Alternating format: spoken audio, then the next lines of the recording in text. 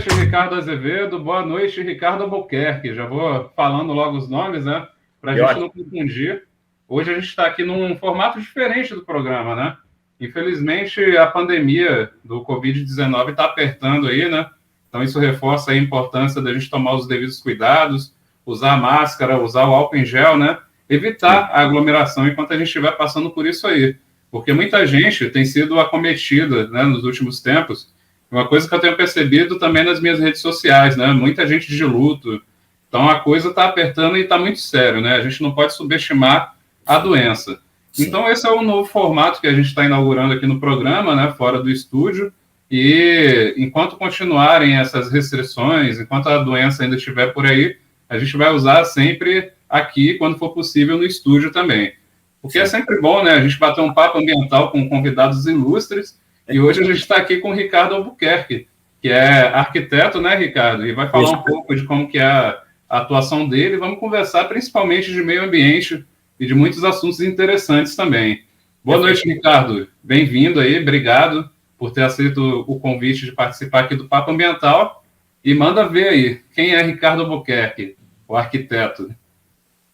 Obrigado pelo convite, Dantas. É um prazer estar aqui com vocês, com o Ricardo Azevedo, e com os teus internautas, né? Então, acho que é sempre um bom papo, e a gente vai ter que se reinventar nessa nova filosofia, né?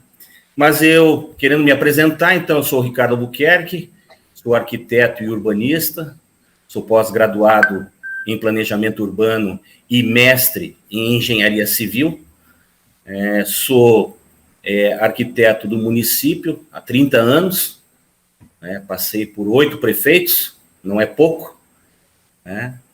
E também tenho, né, a minha formação, sou professor de universidade, atuei 16 anos no ensino superior, ajudei a formar o curso de arquitetura e urbanismo da UDC, né, que me orgulha muito, né? E acho que foi um momento muito importante. Em 2000, nós instalamos esse curso, né, e eu fiz parte desse processo. Quero agradecer aí a professora Rosiclério e o diretor Fábio Prado, que me deu essa oportunidade. Então, nós temos uma atuação e tenho também uma empresa de planejamento urbano e de arquitetura, a Arquiplan, né, e que a gente também milita na atividade privada também, né? Então, um pouco do meu histórico aí, em termos de trabalho, em termos de atuação na área da arquitetura e do urbanismo. Ô, Ricardo, eu separei assim alguns assuntos, né, para a gente poder abordar. Eu creio que vai ser uma conversa muito interessante, né? Todo mundo aí que está assistindo a gente sabe que eu sou geógrafo. Eu tenho andado muito por aí pelos rios da cidade, né? Sabendo como é que está a situação das águas, que, na minha opinião, é um assunto que a gente tem que levar muito a sério, né, em Foz do Iguaçu. Iguaçu quer dizer água grande, né? Então a gente vê que culturalmente a população local ela já tem uma relação muito grande, né? Uma relação afetiva com as águas. Mas infelizmente a vida moderna, né? Esse estilo de vida que a gente adota aí é prejudicial para o meio ambiente, né? O que significa falar isso, né, Ricardo? É que a gente quer fazer um protesto, acabar com a garrafa PET, assim? Não. A gente quer uma racionalidade no uso, né? Uma racionalidade na produção, e que isso tenha um fundo de sustentabilidade, né? Porque a gente deve lembrar que o planeta Terra ele é um ambiente integrado, os ecossistemas, né? O clima, a vida, né? Então tudo está integrado ali. E, infelizmente, a gente interfere negativamente no equilíbrio dos ecossistemas globais, né? E isso traz muitos prejuízos, que é um desequilíbrio, assim, que pode causar principalmente a falta d'água numa cidade em Foz do Iguaçu que é rica de água, né? A gente já vê uma certa escassez de água aqui na nossa cidade, né, Ricardo? Por quê? Porque falta mesmo o elemento água? Não. Mas porque a água aqui ela é maltratada. Porque a água aqui recebe esgoto, porque a margem dos rios ela é indevidamente ocupada, né? E isso causa um problema muito grande. Em uma cidade como essa aqui é vergonhoso a gente ver a situação dos rios e córregos aqui da nossa cidade, né? Há muito tempo aí já vem se falando, por exemplo, da revitalização do Rio Boici, né? Você deve ter uma ideia melhor do que eu, né, Ricardo, no viés da arquitetura. O que traria esse benefício para a nossa cidade, na questão da qualidade de vida, do próprio redesenho urbano, né, que isso ia melhorar bastante. Conta aí para a gente um pouquinho sobre isso. Olha, tudo isso aí que você vem falando, né, é um pouco, a falta também da valorização técnica. Eu diria que as questões políticas são importantes dentro do processo político, mas as questões técnicas são fundamentais dentro de uma gestão pública. E muitas vezes, nos últimos anos, a gestão, ela meio que deixou à margem esses técnicos. Então, isso faz com que trate muito superficialmente as coisas, né? Então, assim, a nossa cidade, ela é uma malha urbana inserido em conjunto com os rios, né? Então, esse planejamento urbano deveria estar totalmente integrado a essa questão do rio. Você veja, o rio Boici, ele tem as suas nascentes lá no Parque Imperatriz, no Portal da Foz, né? Se nós pegarmos e tentarmos traçar uma ciclovia margeando esse rio, né, ele vai sair aqui no Boici. Você veja, ele corta a cidade no sentido nordeste, sudeste, sudoeste, né? Então ele corta, e chegando aqui, então, a importância desse rio, a integração desse rio com relação à malha urbana é fundamental. Então, assim, imaginar que um gestor público vá fazer uma intervenção num rio inteiro desse é significativo, é complexo. Mas então, por que não começar com um projeto piloto, em trechos, para que a gente consiga viabilidade, digamos assim, você consegue humanizar e urbanizar um trecho. Então, faz um projeto em que você possa fatiar em fases e dando continuidade a partir das nascentes, porque é onde você tem o grande impacto. Se as nascentes, não adianta fazer um trabalho aqui embaixo e depois ir subindo e ter os problemas das nascentes. Vamos preservar as nascentes e vamos adentrando a malha urbana da cidade. Então, tudo isso são trabalhos técnicos. Você tem que ver a vazão desse rio, você tem que ver a localização dessas nascentes, você tem que criar toda uma proteção, você tem que ver quais as distâncias que é possível fazer até equipamentos públicos próximos, equipamentos públicos que eu digo integrados ao parque, porque tem áreas, por exemplo, que dá 800 metros, mas tem áreas que dá 30, então você só vai preservar com a mata, né? Então, assim, tem trechos maiores em que você pode criar um espaço, um parque, um playground. Então, isso aí depende tudo de um projeto. Agora, não adianta pensar, como eu vi aí, falar assim, em marketing, né? Reinventando Foz, né? Para mim foi refreando Foz, porque não houve nada, não aconteceu nada. Então, assim, o que eu vejo é que façam coisas factíveis, né? Que possam ganhando credibilidade no processo e que você faça uma comunicação que você possa atuar. Eu só vejo fazendo isso em fases, criando essas fases, implementando essas fases, e aí você vai administrando esse recurso, vai dando credibilidade a quem pode financiar isso, ao governo federal, ao governo estadual, e aí você tem a viabilidade de um rio importantíssimo dentro desse processo.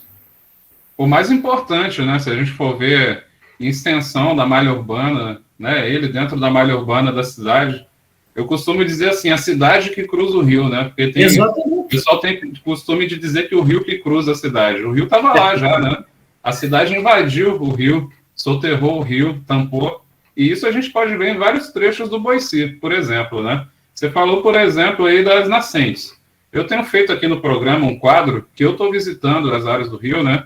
E comecei pelas nascentes, ali no Jardim Canadá, né? Entrevistei a Rita lá, ali no Portal da Foz também falei com os moradores ali, e eles falaram da situação que acontece, né? Uma coisa que eu tenho ressaltado, o projeto urbano ele tem que ter uma qualidade, e ele tem que pensar em todas essas variáveis, né? E as principais variáveis que a gente tem que pensar aqui na cidade é moradia. Outra é uma coisa que foi deixada de lado, né, que hipermeabilizou o solo em uma escala muito grande. Então, essa água, ela não consegue fazer a percolação, né, que é basicamente assim, a infiltração da água no solo até ela chegar no lençol freático ou em alguns pontos de recarga do próprio rio, né? Então, isso, se a gente olhar o ambiente como um sistema, né? E, infelizmente, isso afeta tanto a vida de quem mora ali, quanto o ecossistema do próprio rio, né? No Portal da Foz, você tem ali uma nascente, uma área muito pequena de árvore que está muito degradada, tem muito lixo ali, e a nascente está ali fluindo e diretamente ela vai ser canalizada, vai passar embaixo da casa das pessoas e vai fluir ali para o outro lado, né? Para a Vila da Batalha, que é um lugar que eu fui ali e vocês viram nos últimos quadros, né? E eu pretendo continuar essa série, porque no próprio Rio Boici a gente tem uns casos assim que são muito curiosos, né? Ao mesmo tempo que você tem a ocupação irregular das pessoas que não têm condições financeiras para habitar, né, os lugares, eu aposto que ninguém quer morar em beira de rio, não é isso? Exatamente. E também ocupações regulares, grandes construções como supermercado, hotel, né? Ali no Boici mesmo, vocês veem que situação esquisita ali, né? É uma das áreas que mais inunda na cidade, mas é a área justamente onde o rio está canalizado e está tampado, né? Então, falta mesmo para a nossa cidade um projeto de reurbanização, né? Uma revitalização, requalificação dessa margem do rio e visando trazer de volta a qualidade, né, das águas. Sim. Você viu, Ricardo, lá em São Paulo, estão conseguindo despoluir o Rio Pinheiros? Que interessante, sim, né? Sim.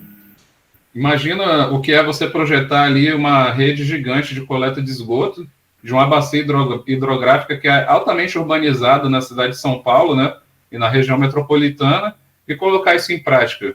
A gente vê que não é impossível, né? Vários lugares do mundo, o Ricardo vai até poder falar melhor disso, né? Que reaproveitaram, né, a beira dos rios e requalificaram a cidade, né? Trouxeram de volta a qualidade de vida e a cidade se torna um lugar prazeroso, né? E entrando nesse assunto, né, Ricardo, a gente tem ouvido falar muito de cidades inteligentes. Eu queria que você fizesse assim, um comentário sobre o que são as cidades inteligentes, né?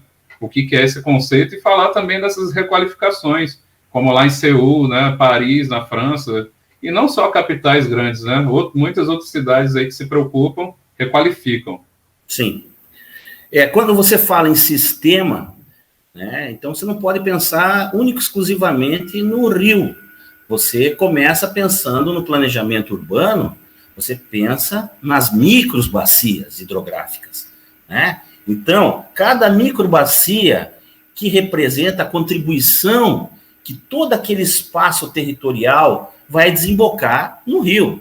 Então, quando você faz um trabalho de drenagem ou de pensamento em relação a uma requalificação do rio, você tem que pensar nessas microbacias. Então, o planejamento da cidade, seja aqui em Foz ou em qualquer outra cidade, tem que se pensar baseado nas microbacias. Ou seja, nós temos uma microbacia do rio Carimã, do rio Tamanduá, do rio Tamanduazinho, do rio Almada, do rio Boici, do rio Ouro Verde. Então, são todos microbacias que devem estudar esse pequeno território que é onde vai ter os problemas, né, os problemas críticos, os pontos críticos de alagamento. Aí você vai ver se é um problema de vazão, se é um problema de, por exemplo, de canalização, se as canalizações não são integradas ou se são canalizações feitas no passado sem o dimensionamento correto, ou se é problema de falta de manutenção, que em muitos casos também há entupimentos, né? Então, há uma série de coisas. Então, esse planejamento todo tem que ter, não só aqui em Foz do Iguaçu, mas como um pensamento de um sistema, né? E eu vejo que muitas vezes o trabalho é feito acidentalmente, né?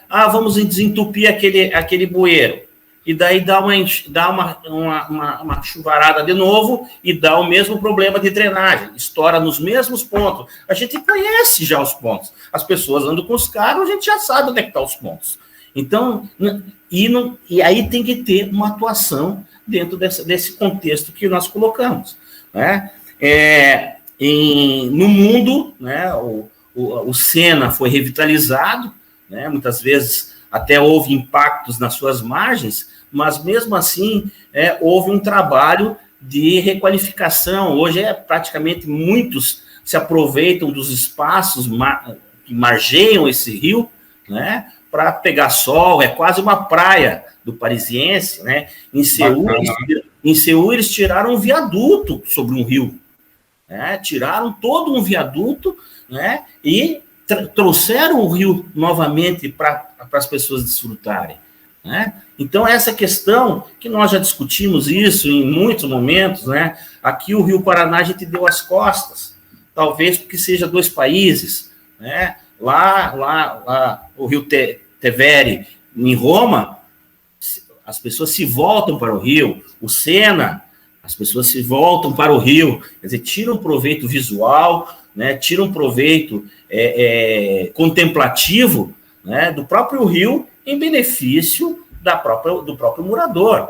Então, aqui, nós negligenciamos essa beirada de rio e ela, de alguma forma, ela foi ocupada. Se foi ocupada marginalmente e que precisa uma atuação do poder público em relação a isso, a retirada dessas pessoas, que não dá nas faixas de proteção, e, infelizmente, no trecho do Rio Paraná e do Rio Iguaçu, são uma faixa de 200 metros. Então, que não pode haver ocupação em relação a isso. Então, tem que haver, enquadrar isso. Então, todos esses programas devem estar integrados. O programa habitacional deve estar integrado a um programa de meio ambiente e de revitalização dos rios e assim por diante. Por isso que o planejamento urbano ele tem que ser pensado de maneira conjunta. Não dá para pensar numa temática separada de outras que a cidade está integrada no todo. E quando o assunto é água, né, haja integração, até a gente chegar em como consertar tudo isso, né, Ricardo? Exatamente. Então, assim, você veja, nós não deveríamos ter problema de água. Por quê? Porque nós temos duas bacias, a bacia hidrográfica do rio Tamanduazinho, ela abastece aquela onde se desemboca ali na Sanepar, perto da Avenida das Cataratas. E toda essa bacia do rio Tamanduazinho, né, é captado ali. Então, nós temos duas captações aqui em Foz do Iguaçu, que uma é naquele ponto e outra no Lago de Itaipu. Como é que nós vamos ter problema de água? Não podemos ter problema de água. Agora, o planejamento tem que pensar, porque está se estendendo a malha urbana para dentro dessas bacias hidrográficas. Está sendo aprovado empresas dentro de uma bacia hidrográfica de abastecimento da água da cidade. Vai lá para frente comprometer. Isso sim vai comprometer. Então, esse tipo de zoneamento tem que ser feito por profissionais que entendam que existe todo um espigão que divide bacias hidrográficas e que isso não pode haver ocupação para que no futuro nós tenhamos problema. Pois é. Ô, Ricardo, deixa eu te fazer uma pergunta. Você conhece o Rio Bochinha? Sim. Qual deles você conhece? Porque aqui é assim, né? O pessoal fala Rio Bochinha, mas é qualquer rio da área da cidade, né? Que, olha como que tá na imaginação do povo. Tá marginalizado, né? Justamente porque existe uma cultura de negação ao rio, né? É uma negligência. Há uma negligência. Exatamente. A gente cruza por aí várias pontes, vocês podem ver assim, várias avenidas principais estão cruzando, por exemplo, o Rio Boici, né? Você vê ponte no Boici, o Boici mesmo ali, o Mercado Mufato, o posto ali, está em cima do Rio Boici. A República Argentina passa em cima do Rio Boici, né? A Felipe Vancher passa em cima do Rio Boici. A BR-277 passa em cima do Rio Boici, sabe? Se eu não me engano, a Avenida Mário Filho, né? Jules Rimet, Avenida Pôr do Sol, todas essas avenidas. A gente está cruzando o Rio Boici o tempo todo, né? Mas a gente não olha para o rio. Por quê? Porque não é bonito olhar para o rio. Não dá para apreciar o rio. O que a gente vai apreciar na vista do Rio Boici? Um rio morto, de água escura, né? Fedorento. Então não é legal. Infelizmente, é isso que tem acontecido aqui na nossa cidade, né? Essa cultura de negação ao rio. Então, todo o rio da área urbana, o pessoal vai dizer que é o Rio Bochinha, né? E por que eu estou falando isso? Porque vamos fazer um exercício aqui com o público que está assistindo a gente, né? O Ouro Verde, né? Na região do Porto Meira. Sim. Olha só como que está a situação ali do Arroio Ouro Verde, né? Ele nasce perto do Shopping Catuaí, ali dentro da área do Horto Municipal, né? Sim. E segue ali pelo loteamento ali, Morenitas, né? Aquela região, até desembocar lá no Rio Paraná, perto do Clube Amambai, né? Então vejam só a situação da urbanização ali na bacia do Ouro Verde, né? Olha como que está a situação dos moradores na beira do Ouro Verde, que eu visitei pessoas, né, por ali, justamente para fazer o mapeamento daquele rio e entender melhor como é que está essa coisa. Agora imaginem, futuramente, se não tiver um zoneamento urbano adequado, ou uma política pública que leve o rio em consideração, como é que vai ficar essa região que você falou, do rio Tamanduazinho, né? A gente tem que lembrar que justamente na bacia do rio Tamanduazinho está o Distrito Industrial do Morumbi, né? Só por ser distrito industrial, ele já tinha que ter uma estrutura ali de separação dos esgotos, né? Eu até me esclarece isso, Ricardo, porque eu não sei se tem, né? Você deve conhecer melhor que eu aquela área, mas ali é uma área que tem que ser tratada especialmente. E a gente está vendo o quê? Muito loteamento surgindo ali, a construção da perimetral leste, né? Que a gente não pode ver assim como mal. Ah, vai matar o rio. Igual eu escutei uma crítica de uma colega lá da faculdade que ela disse: como você pode ter a favor da construção de uma pista onde vai passar carga pesada, né, onde vai passar produto químico? Eu disse, e aí, quando sair da perimetral e pegar 277 e andar pelo Brasil, não vai ser risco igual, né? Então, como é que é a situação dessa área, Ricardo? Que tipo de projeto poderia ser aplicado ali para garantir futuramente até um parque linear, né, na nossa cidade? Sim. Então, na verdade, é assim, ó, nós temos que separar um pouquinho, que eu confundo um pouco. A bacia do rio Tamanduazinho é a bacia mais próxima de Santa Terezinha e é onde, efetivamente, nós temos abastecimento da nossa água. Então, isso é importante, não só ter conservação, mas ter preservação dessa bacia. A bacia do rio Tamanduá, você pode ter uma conservação e não só uma exclusividade na preservação. Você pode preservar as faixas próximas a ela, então você pode ter ocupação na bacia do rio Tamanduá, e na Tamanduazinho preservar, porque é o abastecimento de água do município, né? Então, a perimetral, ela vai cortar essa bacia, muito próxima ali do nosso distrito industrial, né? Então, eu vejo assim, hoje, todas as BRs, elas deixam uma faixa grande uma faixa de domínio, faixa de domínio, né? Então, já é previsto até, hoje no DENIT, qualquer obra que se faça como rodovia, ela já pensa numa faixa significativa para você deixar uma faixa de domínio, que você pode fazer um trabalho, né? Porque essas faixas vão ficar livres, né? Então, você pode ter preservação ali, você não vai ter uma ocupação. Então, o que tiver de ocupação, ela vai ser além dessa faixa de domínio, né? Então, isso até está dentro do plano diretor. Se você pegar o plano diretor da cidade, tem algumas propostas em relação a isso, né? De você ter um cinturão verde de preservação ali, para você poder conter essa questão também visual, mas também de preservação, porque, queira ou não queira, a nossa perimetral é uma obra importantíssima para a cidade. Com certeza. E é isso que eu digo, o meio ambiente é para o homem. Então, nós temos que saber utilizá-lo, mas utilizá-lo de maneira adequada, né? Você vê ali na Avenida Venezuela, quando foi feita ela, você já percebe, você que anda de bicicleta bastante, você pode perceber que ela faz várias curvinhas. Tudo aquilo ali foi feito por causa do cadastro das árvores. Foi feito um cadastro daquelas árvores para preservar. E que muitas vezes, na época, eu me lembro, foi criticado: para que abrir essa avenida? Se você visse, o SEASA era incorporado a essa área, o que tinha de lixo do SEASA nesses fundos onde passa a Avenida Venezuela era uma enormidade.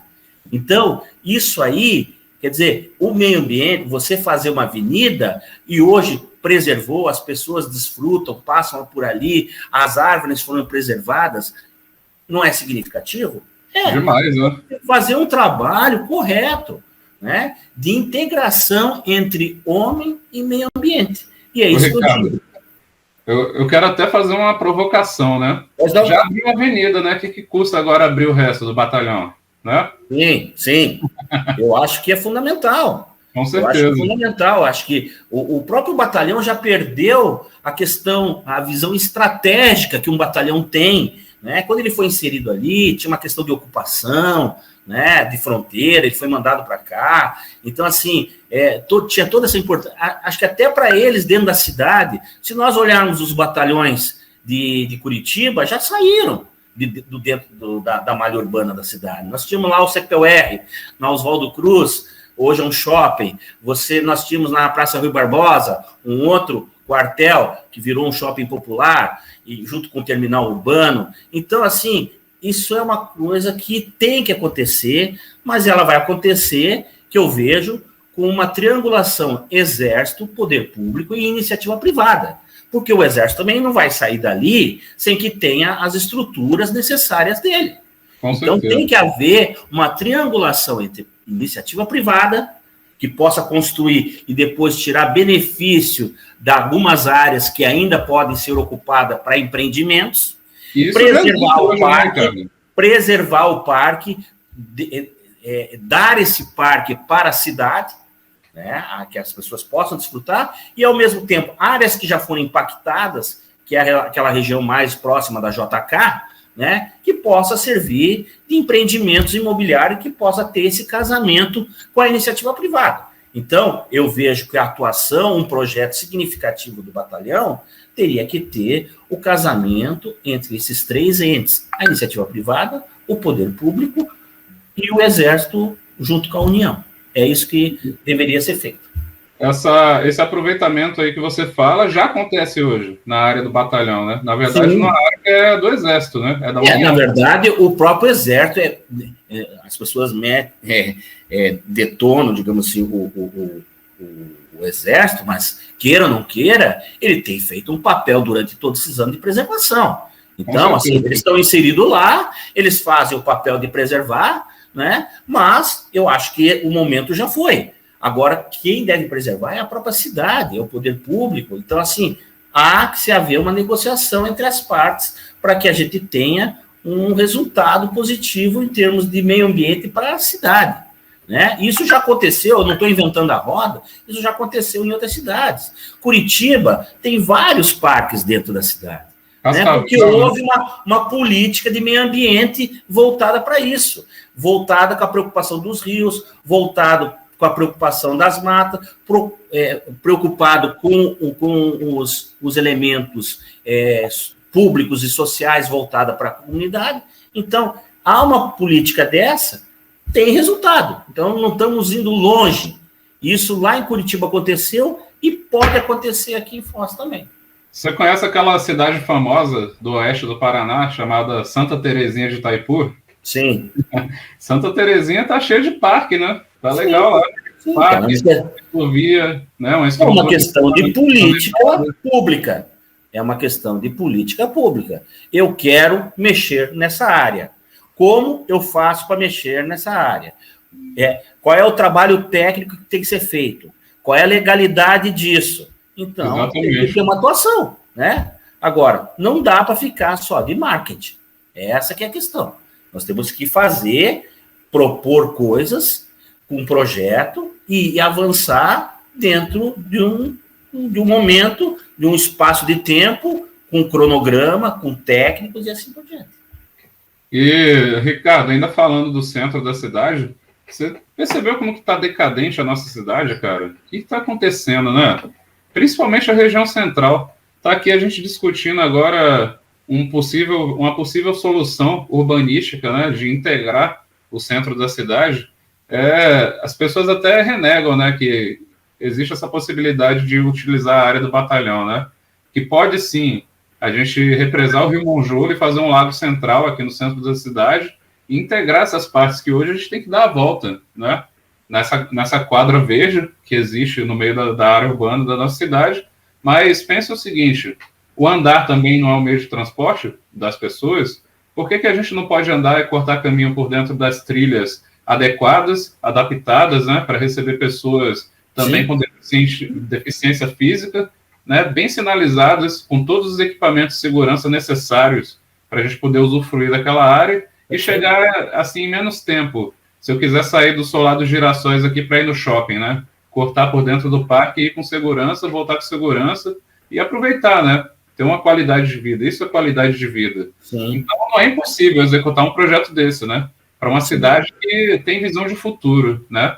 Que tem uma gestão que pense realmente no desenvolvimento da cidade. Não adianta a gente ficar aqui falando tanto de Foz do Iguaçu ganhou um prêmio de não sei o quê do turismo, Foz do Iguaçu foi reconhecida como não sei o quê. Poxa, tudo isso é uma balela, né? A gente que vive a cidade, a gente que usufrui das estruturas urbanas, né, a gente fica decepcionado. Como que uma cidade dessa aqui tem tanta fama mundial, não é exagero dizer que o mundo passa por aqui, né, por nossa cidade, e a gente tem uma qualidade péssima da estrutura urbana, né? É uma coisa que é um pouco absurda, né, Ricardo? Sim. É bastante triste. É difícil até fazer uma crítica nesse momento, porque esse momento está toda a pandemia, tem toda essa complexidade econômica. A gente sabe que nós estamos vivendo um momento diferente, né? Mas falta, e isso não é de hoje, um pensamento em torno da questão urbanística da cidade. É verdade. Você vai daqui a Cascavel, você já sente a diferença, né? Então, por isso que eu falo que isso aí requer um trabalho profissional. E eu vejo assim que muitas vezes tem projetos feitos por jornalista, né? Então, assim, projeto que vou defender esse projeto lá em Brasília, no estado, quer dizer, não dá, né? Não dá. Comemoraram aí o acesso da entrada da cidade, cheio de problema, porque o cara que está gerenciando esse projeto não vê que a empreiteira diminuiu as pistas porque ele economizou, entendeu? Só que porque tem que ter cálculo de demanda de tráfego, né? Qual que é a vazão desses carros, quais são as pesquisas que foram feitas em horário de pico. Então, tudo isso faz parte da engenharia, que muitas vezes é tratado com pessoas que não têm melhor conhecimento disso. Então, é duro, a gente bate nessa tecla, porque é fato. E aí você vê por que a cidade está, digamos, à deriva, digamos assim, né? Tirando essa questão da pandemia, né? Mas a questão urbanística, a cidade tem que ser aprazível. A nossa cidade é uma cidade turística. Como você falou, é muito forte.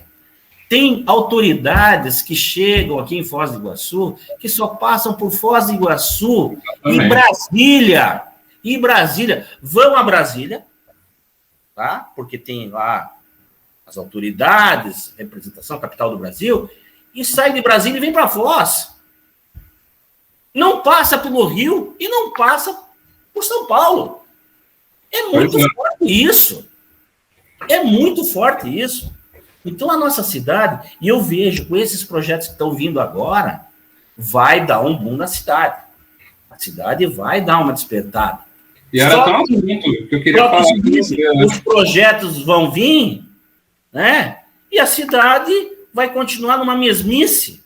O centro urbano, porque a reclamação que existe aqui da cidade é que nós temos que tirar esse conceito da cidade de cidade de pontos turísticos. Nós temos que ser uma cidade turística.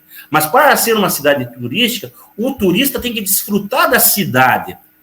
Como é bom a gente ir para um local e não se sentir turista, sentir parte integrante da comunidade. A gente quer ir lá no pescadorzinho que mora ali, né, que faz um peixe legal. A gente quer. As pessoas não gostam de se sentir turista. Aquele restaurante é de turista. Não. As pessoas querem se sentir parte da cidade. E assim, olha que interessante. A gente falando de parte da cidade, o Porto de Areia, por exemplo, né? É um lugar assim que não é considerado ponto turístico, ou não era até pouco tempo atrás, porque o catamarã agora funciona ali. Mas é uma área assim, de lazer muito forte da região do Porto Meira, né? Sim. E que você vê uma paisagem assim que é impressionante, né? De repente você está no Porto Meira e desce, está ali na beira do Rio Iguaçu, olhando para Porto Iguaçu do outro lado, vendo ali o rio tranquilo e gente até tomando banho de rio. Sim. Inclusive, essa semana eu estive lá, né? Olha que legal. Dia 16, fez um ano do fechamento ali da fronteira com a Argentina, né?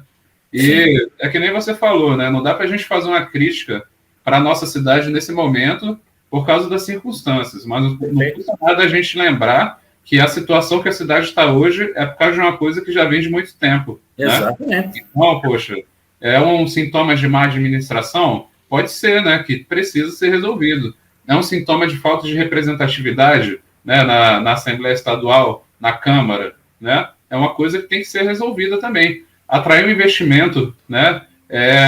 Promover as obras públicas, gerar emprego através da parceria público-privada, né? É uma coisa que a nossa cidade tem condições de ser uma cidade autossustentável, né? Sim. Aumentar o poder aquisitivo da população, né? Sim. É um problema muito grave, inclusive de desemprego, que a gente está vendo hoje aqui em Foz do Iguaçu, né? E junta todas essas questões ambientais, de moradia, do desemprego. Qual que é a tendência da cidade? É aumentar os índices de violência, que já está acontecendo, né? Roubaram minha bicicleta lá na Vila A. Levaram a minha casa, né? Deslocaram o portão, levaram a minha bicicleta, que estava acorrentada lá no suporte dela, né? Então a gente vê que é daí por diante. Isso são sintomas graves de uma crise social que a gente está vivendo, e na esteira disso vem a crise ambiental, né? Que, em primeiro lugar, ela é social, porque, que nem eu falei, ninguém escolhe morar em beira de rio, né? Ninguém está na beira do rio porque quer em condição insalubre, né? E, Ricardo, você tocou num assunto que eu acho interessante. A cidade está passando por uma transformação profunda, né? Sim. Se a gente for ver aquele acidente que aconteceu lá no Boici há pouco tempo atrás, né? Aquilo ali só despertou mais ainda o clamor do povo de que a gente precisa ter uma perimetral leste, de que a gente precisa ter uma segunda ponte. E olha aí o que está acontecendo com a nossa cidade, né? Está se abrindo aí um leque de possibilidades que a gestão pública vai ter que saber como se aproveitar desse momento. Porque é uma coisa que eu te garanto, não é toda cidade no Brasil que está tendo obra nesse momento, né? Exato. Então, você vê que Foz do Iguaçu, mesmo com as fronteiras fechadas, é uma cidade dinâmica, né? E que pode funcionar e ser uma boa cidade para o cidadão.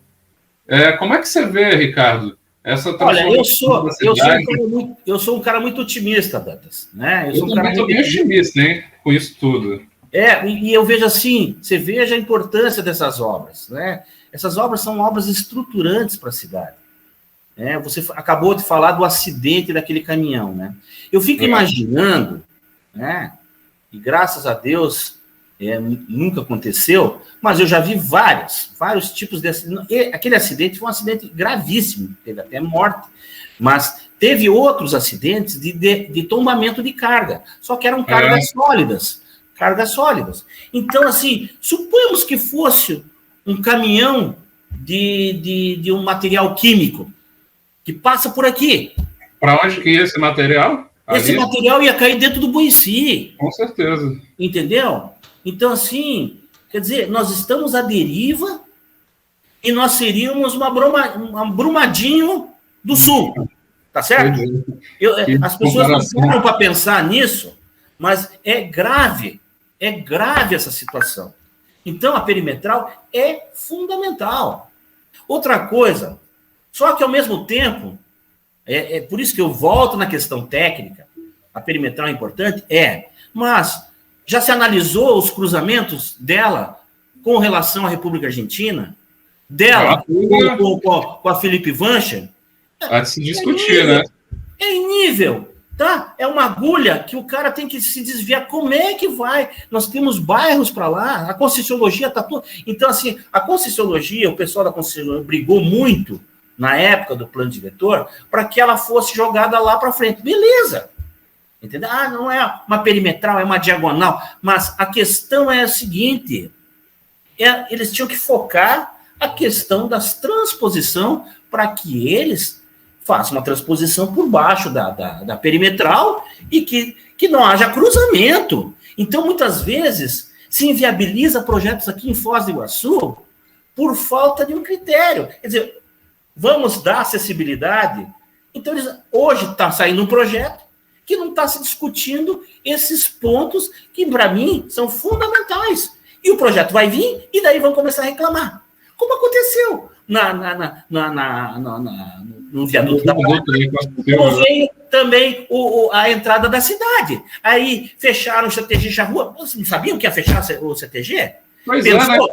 Pensou aquele projeto da Américo Sasdelli, que vem por cima, só cortando, não precisa fazer alças, mas que já dariam uma fluidez da Vila A direto para a Ranieri Mazzilli, né? Com certeza. Entendeu? Da Anita Garibaldi, ali da Avenida Garibaldi, integrando já com a Ranieri Mazzilli. Então, assim, são tudo pensamentos que tem que estar casado. E você acha que acabou o perigo ali no Charrua, Ricardo? Como é que é? Você acha que acabou o perigo ali no Charrua?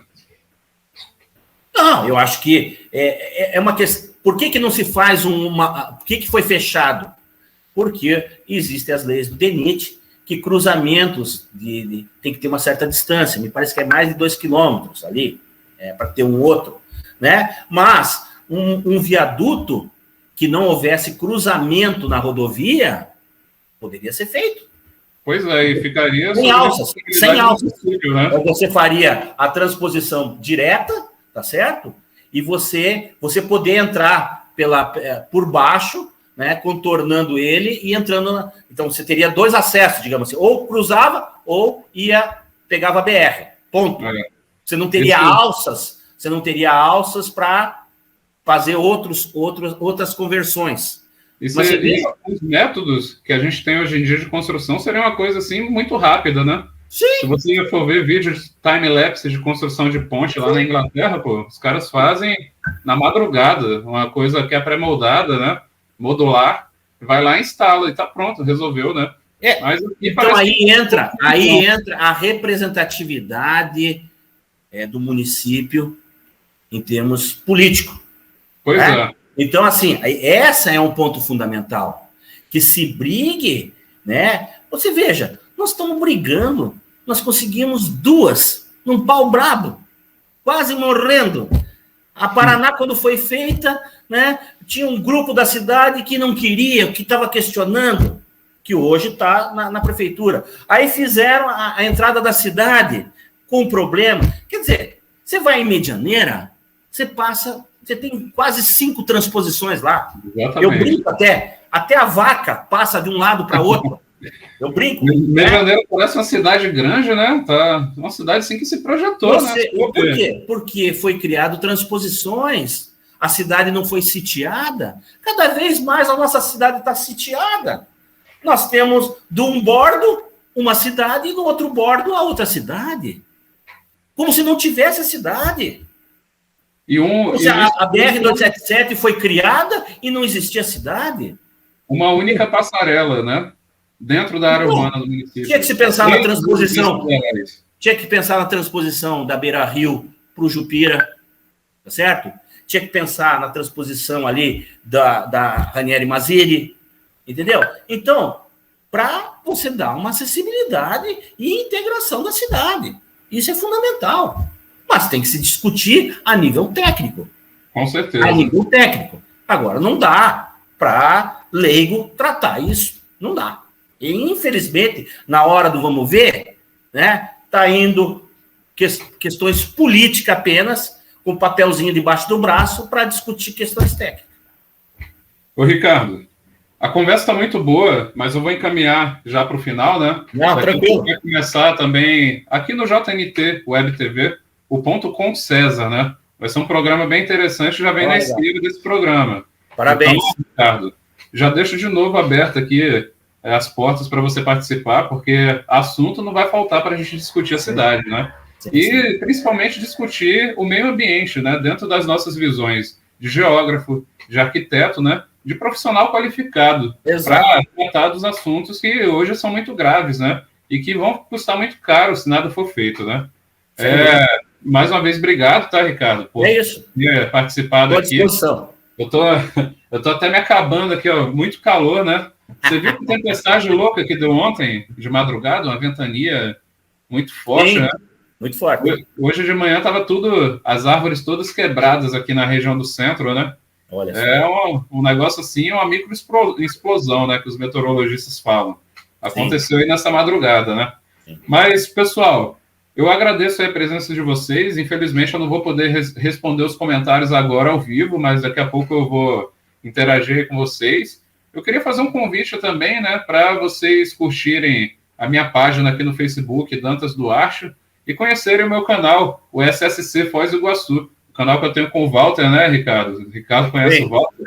E a gente está acompanhando ali a construção da Perimetral Oeste, né? Legal, e a construção da segunda ponte. Então, a gente está mostrando isso com drone. Muito Além bacana. da gente mostrar o que é a nossa cidade, o que é a nossa região e fazer esse registro, né? Do nosso tempo aqui, lá no YouTube. Então, vocês podem acompanhar isso aí. Tá lá curtindo a nossa página no Facebook também, né? Legal. Mais uma mídia social para a gente expandir os conteúdos. E obrigado aí, tá? Por vocês acompanharem. Obrigado aí, Ricardo. Por hora é só, gente. Obrigado aí, Ricardo Azevedo, também, que fez esse formato acontecer diferente, né? Legal. E ele vai conduzir agora o programa aí para o final. Um abraço para vocês, viu? Boa noite e até o próximo Papo Ambiental, aqui no JNT Web TV. Um grande abraço aí, hein? Obrigado, Dantas. Obrigado, Ricardo. Fico à disposição de vocês aí, tá? Um grande abraço. Valeu.